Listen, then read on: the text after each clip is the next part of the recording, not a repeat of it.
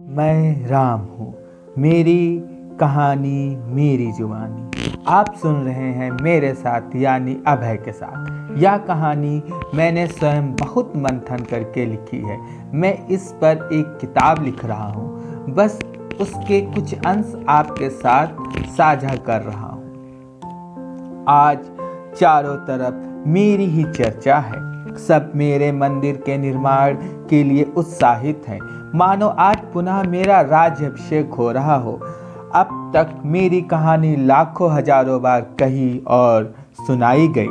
आज मैं पुनः अपनी कहानी तुम सबके समक्ष कहना चाहता हूँ। ऐसे बहुत से राज जो मैं आज खोलूँगा। मैं जानता हूँ कि इस व्यस्त दुनिया में मेरे लिए समय बहुत कम है, फिर भी मैं चाहता हूँ अपना बहुमूल्य समय देकर मेरी जीवन की कुछ महत्वपूर्ण घटनाओं को एक बार पुनः समझें और उस पर विचार करें।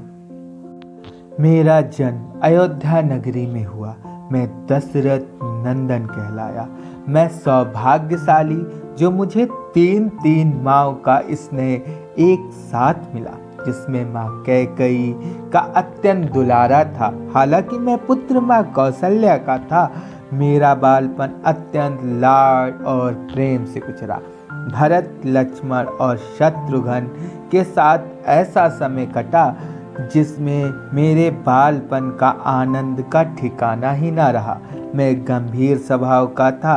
लक्ष्मण थोड़ा क्रोधी, भरत शांत और शत्रुघ्न का क्या कहना था, वो सबसे नटखट था। मैं बचपन से एकदम जिज्ञासु स्वभाव का था। मैं हर चीज कौतूहल वश से पूछता और मैं प्रकृति का हर रहस्य समझना चाह रहा था। वास्तव में मेरी जिज्ञासा का अंत समाप्त ही नहीं होता। सभी लोग मेरे अधिक प्रश्न पूछने पर मुस्कुरा दिया करते थे। समय के साथ ही मेरी शिक्षा प्रारंभ हुई। हम चारों भाई अल्पकाल में ही गुरु वशिष्ठ के सानिध्य में शिक्षा ग्रहण करने लगे। कुछ प्रश्नों के उत्तर तो वहाँ मिले, फिर भी मेरी बेचैनी का अंत न हुआ। एक दिन व्याकुलता वश मैंने गुरु से पूछ ही लिया, हे गुरुदेव, मैं इतना जिज्ञासा और इतना कौतूहलता से क्यों भरा रहता हूँ? तब गुरु ने कहा, ये मनुष्य का सरल स्वभाव है। अभी तुम बुद्धि के तल से चीज़ों को सोचते और समझते हो। अपने मन को केंद्रित करो। जिस दिन मन केंद्रित हो जाएगा, बुद्धि स्वतः स्थिर हो जाएगी। फिर मैंने जिज्ञासावश पूछा, क्षमा गुरु, मैं कुछ समझा नहीं। तो गुरु ने कहा, तुम इस वृक्ष को देख रहे हो ना? यह वृक्ष की टहनियाँ को देखो, ये डोल रही हैं, ये हवा से डोल रही हैं। हवा का स्वभाव है बहना और अपने साथ हर चीज को बहा लेना। वैसे बुद्धि बाहरी तत्व से अपने आप को बहाती है और हमें विचलित करती है। बाहरी लोग जैसे प्रतिक्रिया देते हैं, बुद्धि वैसे ही चलती है। अतः तुम अभी मन के बहाव में नहीं बह रहे हो। मन है इस वृक्ष का तना, हर परिस्थिति में स्थिर रहता है। वैसे ही तुम्हें अपने आप को हर परिस्थिति में स्थिर रहना है। और जड़ है इसकी आत्मा, और वैसे ही तुम्हारे अंदर एक आत्मा है जो सिर्फ और सिर्फ दृष्टा है। जैसे जड़ों को जो खाद पानी मिलता है, वह उसी से अपने तना को बल देता है। तना नित्य नई शाखाएं और पुष्प देता है। तुम्हें ठीक वैसे ही जो समय की मांग है, तुम्हें उसी में बह जाना है। जो समय की कसौटी में निखर गया, वह ईश्वर तत्व को प्राप्त हो गया। मानो उसी दिन के बाद यह शिक्षा मेरे जीवन का मूल मंत्र हो गया। उसी के बाद से मैं अपने मन को साधने लगा, बुद्धि स्थिर होने लगी और आत्मा एक दृष्टा मात्र रह गई। उसी दौरान पूर्ण ध्यान से मैं धनुर्विद्या, राजनीति और भी अन्य विषयों में महारत हासिल कर ली। कुछ समय पश्चात हम चारों भाइयों की शिक्षा समाप्त हुई। हम फिर पुनः अयोध्या नगरी में वापस लौट आए। एक दिन महर्षि विश्वामित्र का मेरी नगरी में आगमन हुआ। ताड़का नाम की एक राक्षसनी का वध करने के उद्देश्य से वे अपने साथ ले गए। वहाँ मैंने ताड़का का वध किया। उसी दौरान रास्ते में एक कुटिया दिखी जहाँ सब बीहड़ जान पड़ रहा था। ऐसा प्रतीत हो रहा था कि कुछ ना होकर भी बहुत कुछ है। आगे बढ़ते ही एक तुलसी के पौधे पर नजर पड़ी। तब मैंने महर्षि विश्वामित्र से पूछा, गुरुदेव यह कैसा विस्मय कर देने वाला दृश्य है। तब गुरुदेव ने बताया, यहाँ गौतम ऋषि और अहिल्या की कुटिया है।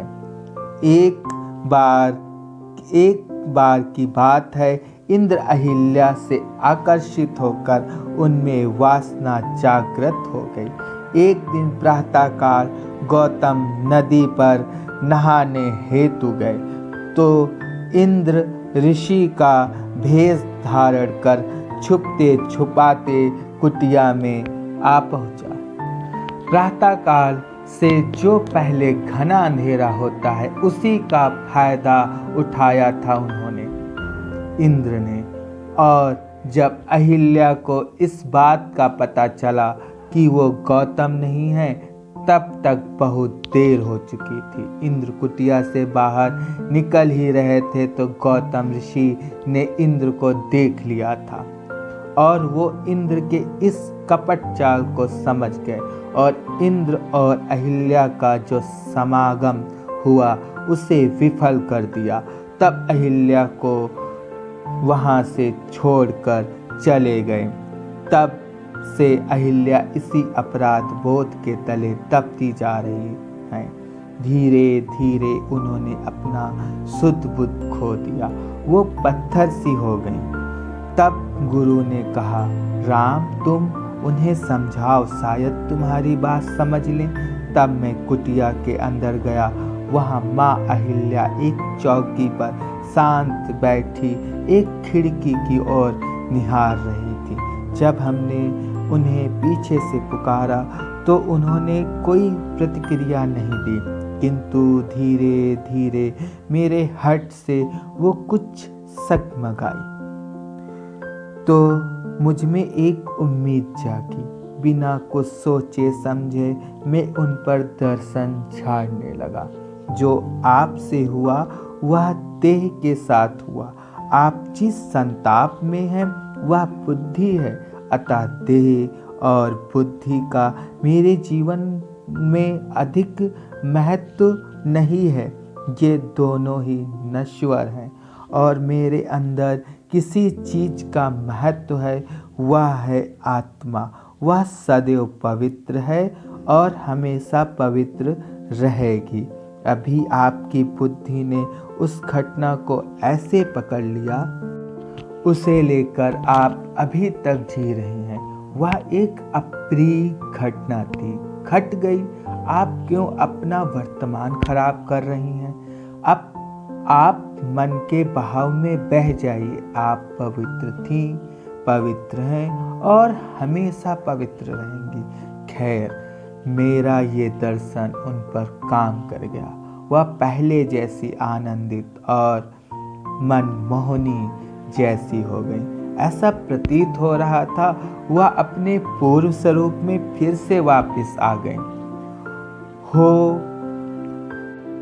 यहाँ सर्वप्रथम मेरे चेतना का उत्थान हुआ जब मैंने किसी एक के दोष को उतने ही भाव से स्वीकारा जिस भाव से मैं अपने गुणों को स्वीकारता हूँ। आगे चलकर यह मेरा सहज स्वभाव बनता चला गया। तब मैंने स्वीकारने की शक्ति को पहचान लिया। हर एक स्वीकार अनंत आनंद को ही ले जाता है। अब मेरी यात्रा पूर्व की ओर बढ़ती चली गई। मैं मिथिला नरेश जनक के राज्य पहुंचा। ध्यान देने योग्य बात है, ना ही मैं शुरू से ईश्वर तत्व को प्राप्त था और ना ही मेरे चरण छूने से अहिल्या पत्थर से देवी बन गई। ये सब भ्रामक कथा है। जब हिंदू धर्म में कर्म कांड बढ़ने लगा तो जैन और बुद्ध धर्म अस्तित्व में आने लगा। तो मुझे चमत्कारी राम सिद्ध करने के लिए ये कथाएं गढ़ी गई। यकीन मानिए, जितना आप चमत्कारी से नहीं सीख पाएंगे, उससे ज़्यादा जब आप मेरे साधारण मानव की यात्रा से ईश्वर तत्व की यात्रा को समझोगे तो अधिक लाभ उठा पाओगे। अब आगे की अपनी कहानी अगले एपिसोड में बताऊंगा। आप सबको मेरी ये कहानी जैसी भी लगी हो बताना। मैं आप सबसे इस राम का आग्रह समझकर मेरी इस कहानी को हर जन जन तक पहुंचाओ। अगले प्रकरण में बताऊंगा मेरे चेतना का विकास कैसे हुआ, सीता के संग मेरा विवाह कैसे हुआ और मेरे वनवास का योग कैसे बना। आप सबको